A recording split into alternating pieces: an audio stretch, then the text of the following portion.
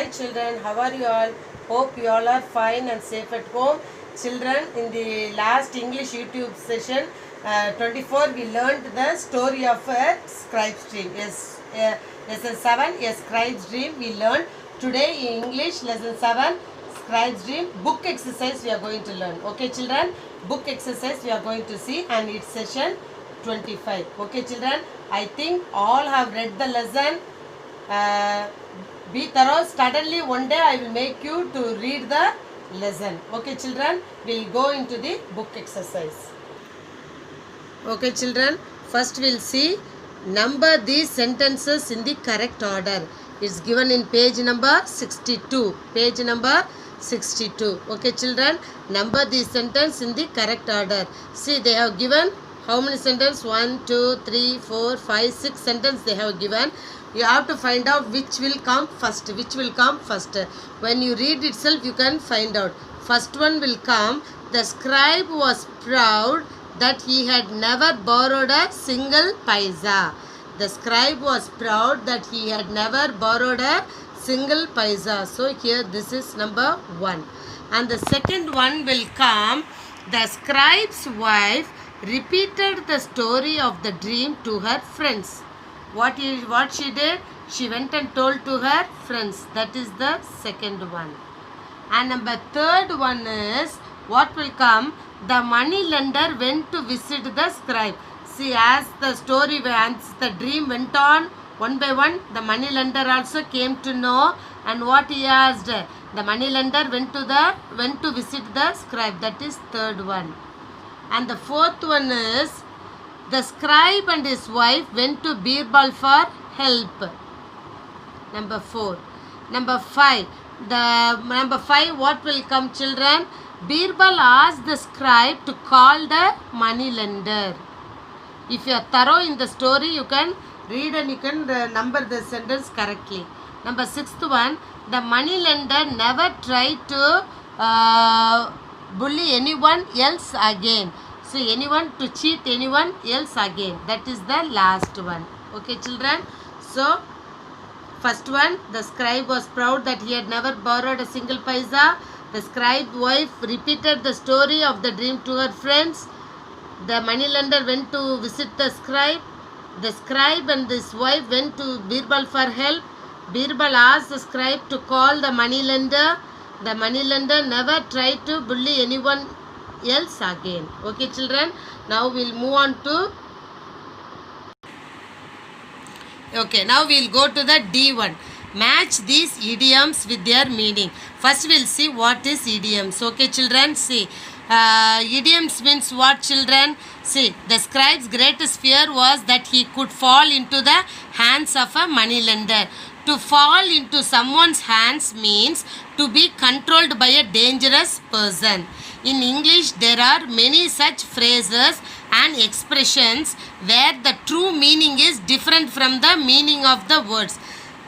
Where the true meaning is different from the meaning of the words which the phrase contains. These are called idioms. Okay children, here also the same meaning is there, but here also same. But you have to match both the answer. The same, what will go, the true meaning different from the meaning. Understood children? See here, first example, keep your chin up. Keep your chin up. But see in the here what is given? Be brave and cheerful. Keep your chin up means what? Be brave and cheerful. Understood children? So we have put one. Here second one, keep an eye out. Keep an eye out. Both the meanings are correct only. Okay children, but we have to match it. Keep an eye out means what? Look carefully for. Look carefully for. Number third one, lend an ear. Lend an ear means what? To listen to someone. To listen to someone. These are called idioms. Okay children. Got off on the wrong foot. Got off on the wrong foot means what children? Made a bad start. Made a bad start. Number 5. Wear your heart on your sleeve. Wear your heart on your sleeve means what children? Show your true feelings openly. Show your true feelings openly. Pull her leg. Tease her. Pull her leg means what? Tease her. Okay, children. So, see here. There are many E's. See here. The example they have given. Fall into the hands of a money lender means what? To fall someone's hand means to be controlled by a dangerous person. So likewise only keep your chin up means what? Two are same. Okay, children. These are called idioms. These are called idioms. Okay, we'll move on to the E1. Tick the correct meaning of the underlined words on they have been used in these sentences. Tick the correct meaning. So you have to, the two meanings are given, you have to tick. Correct. The money lender's eyes began to glitter greedily. Glitter means what, children? We learnt in the lesson. Shone brightly or shining decorative particles often sprinkled with glue. What will come? Shone brightly. You can put a tick here. Okay, shone brightly. No need to put here. Okay, children, shone brightly. There will be interest. Interest means what? See, spelling is many meanings are there for interest. Okay, children, so you have to be careful while reading. There will be interest on the borrowed amount. Interest means what? A change for the money lent. A charge for the money lent. A charge for the money lent. A charge for the money lent. Okay, children. Interest means what? Vatti. Interest means vatti. Another interest means what? He is very interested in studies. Like that we will tell, isn't it, children? So meanings are different, but the spellings are same. The words and spelling is same. While reading itself, you should have find out. The story spread and it reached the moneylender's ears. Means what? Circulated. Stretched will not come. What will come? Circulated. What will come? Circulated. Number 4. The scribe's wife sat down suddenly, her knees giving way beneath her. Knees giving way beneath her means what will come, children? Collapsing. What will come? Collapsing. And the last one, only Birbal can save us from utter ruin means what? Devastation. Devastation. Okay, not rubble will not come. Okay, children. So you have to mistakenly I have put tick this side, but you have to put a tick in the space given here. So only I have. So you also don't put like this and you don't scribble like this. Understood, children? Okay. See, all same only. The same meaning. See here also, circle the words in each set that are closest in meaning to the words in capitals. Use a dictionary to find the meaning of the words. You can find meaning from your dictionary also. See, they have given nightmare, tottering, moan, distressed, glittery. So these are the words. The same related to that one you have to circle. Understood, children? Nightmare means what, children? Bad dream. No sleep will not come. Think also will not go. Only what will come? Bad dream. And tottering means what? Staggering. Tottering means staggering. Tottering means staggering. Running or sitting will not come. Okay, children? Understood? Okay. Moan. Moan means what? Moan means yell, groan or talk. What will come? Groan. What will come? Groan. G-R-O-A-N. Moan means cry, like that will come. Okay, children? So what will come? Groan. Distress. Distressed means what? Upset. Distressed means upset. And glittery. Glittery, sparkling. Glittery, sparkling. Glittery, sparkling. Okay, children? Do it neatly. Use a pencil. Use pencil. And then here. Tick the correct verbs within the brackets. See, both brackets have like this they have given. What you have to do? You have to put a tick. Okay, children? When the subject of a sentence is singular, the verb is also singular. When the subject of the sentence is plural, the verb is also plural. This is called subject-verb agreement. Okay, children? See, this moneylender is greedy. These moneylenders are greedy. Okay, children? This is singular and this is plural. This is singular. This is plural. This means only single. Say this moneylender. Moneylender.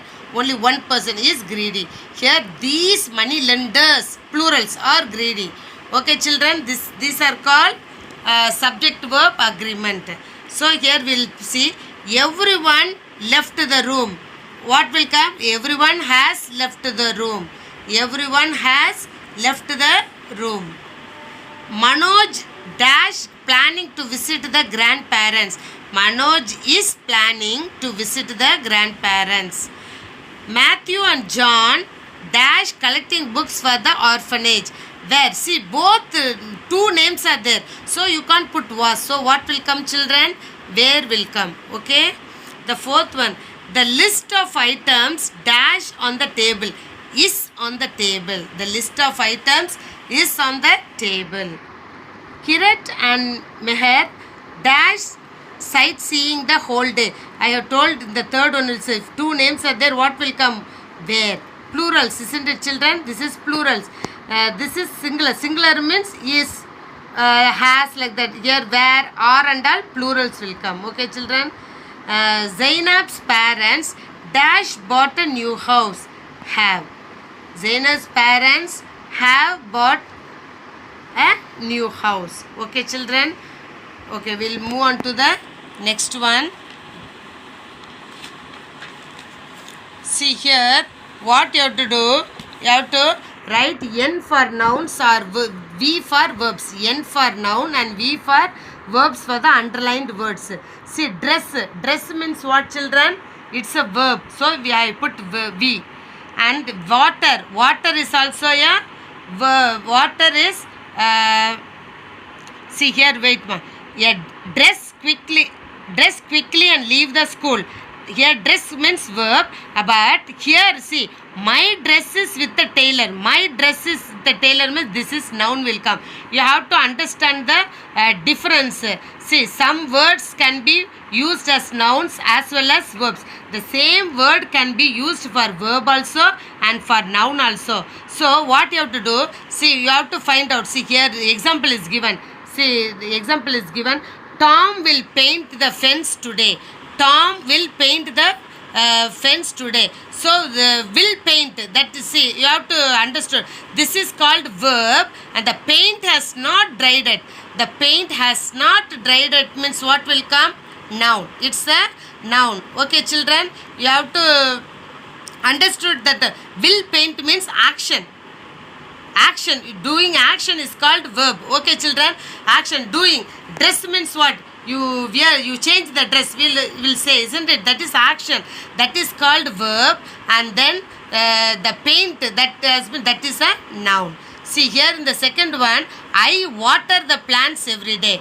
I water the plants every day. So first one, water means watering, isn't it? Action, that is verb. And may I have some water means what? To drink, isn't it? That is called noun. Understood? Can you see the difference? Okay, this is action and this is a noun. Okay children, the god blew the whistle. The god blew the whistle. This is what? Noun. This is noun. But do not whistle. Do not whistle. You are disturbing me. That is called verb. Understood children? This is action. This is action. So this is verb. Understood children? While coming like an action, that will be verb and other things will be noun. Okay children? We'll see the antonyms and synonyms. Okay children? Okay. Okay children? Now in the notebook we have to write lesson 7, a scribe's dream and the new words. First one is scribe, money lender, barely, trembling, nightmare, terror, borrowed, exclaimed, forgotten, greedily. Okay children, write in neat handwriting, black pen and blue pen you have to use for writing in notebook. Okay, we'll see the synonyms. See, synonyms, first one. Scribe means what children? A person who copies books and writings. A person who copies books and writings. Second one, strolled over. Strolled over means went to. Sat in silent despair. sad, feeling helpless and hopeless. Utter ruin, complete poverty. Tale of woe, story of hardship and suffering. Huzur, sir. Huzur, sir. Met his match. Met someone equal to or better than him. Okay, children, these are 7 synonyms I have given, and then we'll go on to the antonyms. Write the antonyms. Soft, hard. Spread, gather. Borrow, lend. Difficult, easy. This word we have learned more time, isn't it? Demand, supply. Demand, supply. 5 antonyms I have given, and we will go on to the question answers. Answer the following. What was the scribe proud of? The scribe, see here black pen I have used, here blue pen I have left one line. Children, leave one line and write so that it will be very neat. Okay, children. The scribe was proud that he had never borrowed a single paisa. What was the scribe's greatest worry? What was the scribe's greatest worry? The scribe's greatest worry was his fear of having to borrow money. The scribe's greatest worry was his fear of having to borrow money. Number 3rd one. See, I have underlined. Have you seen that one, children? With a pencil I have underlined. Seen in synonyms also. One underlined, antonyms also, like this you have to underline. How did the moneylender hear about the scribe's dream? The scribe's wife told the story of her husband's dream to her friends. They repeated the story to their husbands. This is how the story spread and the moneylender came to know about the scribe's dream. Number 4th one. What did the scribe's wife have to save them from ruin? In order to save themselves from ruin, the scribe's wife suggested that they go to Birbal for help. Number 5th one, last one. What did Birbal do after hearing the scribe's tale of woe? For scribes, you have to put your comma, children. We are using comma, you have to write. Okay, children. When Birbal heard the scribe's tale of woe, he brought out a bag of gold coins and emptied them onto a table. He counted out 100 and put the rest away. Next, he placed a large mirror in front of the coins. He told the scribe to call the moneylender. See, only the 5th question is very big. I will ask it for 5 marks. I will ask it for 5 marks. Okay, children. So, only 5 questions. For question you use black pen, and for answer you use blue pen, and underline. After each answer you can underline so that it will be easy. Leave one line, one finger gap. Understood? Don't forget while writing. Always I am telling you, you have to leave one finger gap and you have to leave one line, children. Okay, you have to copy down neatly in English classwork note. Okay, children, we'll meet in the next class. Bye.